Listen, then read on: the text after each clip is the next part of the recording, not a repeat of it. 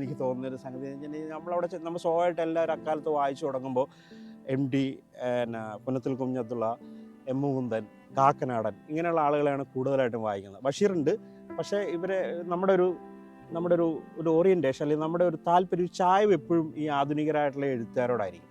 അങ്ങനെ അവരെ വായിച്ചുകൊണ്ടിരിക്കുന്ന സമയത്താണ് അവിടുത്തെ ഒരു മലയാളം ലെക്ചറർ ഞങ്ങളെ പഠിപ്പിക്കുന്ന ആൾ പറഞ്ഞത് ആനന്ദിൻ്റെ പുസ്തകം വായിച്ചിട്ടുണ്ടോ. അപ്പോൾ ഞാൻ ഈ ആനന്ദിൻ്റെ പുസ്തകം അവിടെ വെച്ച് കിട്ടുകയാണ്. ആൾക്കൂട്ടം ഞാൻ അങ്ങനെ അവിടെ വെച്ച് ഞാൻ ഈ പ്രീ ഡിഗ്രി പഠിക്കുമ്പോൾ ആ സാറിൻ്റെ ഒരു പേഴ്സണൽ കോപ്പി അതൊരു പത്രക്കടലാസിലൊക്കെ പൊതിഞ്ഞ് പുള്ളി മേശപ്പുറത്ത് വെച്ചേക്കാം. അപ്പോൾ എൻ്റെ കയ്യിലും MDയുടെ പാതിരാവും പകൽ വിളിച്ചു എന്ന് പറഞ്ഞ പുസ്തകമുണ്ട്. അപ്പോൾ പുള്ളി പറഞ്ഞു ആ പുസ്തകം ഇവിടെ ഇരിക്കട്ടെ, അത് പിന്നെ വായിക്കാം, ഇത് കൊണ്ടുപോയി വായിച്ചിട്ട് തിരിച്ചുകൊണ്ട് തരാൻ പറഞ്ഞു. അങ്ങനെ ഞാനൊരു വെള്ളിയാഴ്ചയാണ് ഇത് തരുന്നത് എനിക്ക്. അപ്പോൾ ശനി ഞായർ 2 ദിവസമുണ്ട്.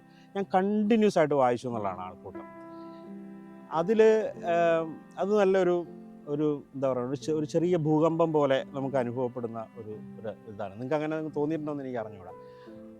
പിന്നീട് ആലോചിച്ചപ്പോൾ എനിക്ക് മനസ്സിലായ ഒരു കാര്യം, നമ്മൾ വായിക്കുന്ന ആധുനികരുടെയൊക്കെ എല്ലാ കൃതികൾക്കും കൃത്യമായൊരു പ്ലോട്ടുണ്ട്.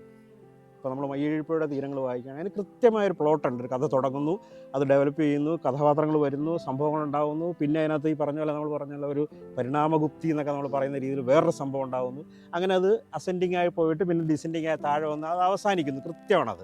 നല്ല ഒരു പെർഫെക്റ്റ് എന്താ പറയുക, ശില്പഭദ്രതയുള്ള ഒരു പുസ്തകമാണ് ഈ മയ്യഴിപ്പുഴയുടെ തീരങ്ങൾ എന്നുള്ളത്. അതുപോലെ നമ്മൾ എടുക്കുകയാണെങ്കിൽ സ്മാരകശിലകൾ എടുക്കുകയാണെങ്കിൽ അതിനൊക്കെ ഇത് വളരെ പെർഫെക്റ്റാണ് അതിൻ്റെ ശില്പം എന്ന് പറഞ്ഞിട്ടുണ്ടെങ്കിൽ. നമ്മളൊരു കഥ പറഞ്ഞു തുടങ്ങുന്നു, കഥ വളർന്നു വരുന്നു, സംഭവങ്ങൾ വരുന്നു, ക്രൈസിസ് വരുന്നു, കോൺഫ്ലിക്റ്റ് വരുന്നു. അങ്ങനെ നമുക്കറിയാവുന്ന ഇതിൻ്റെ എല്ലാ പരമ്പരാഗതമായ സാധനങ്ങളും അതിനകത്ത് കൃത്യമായിട്ട് ചേർത്തിട്ടുണ്ട്.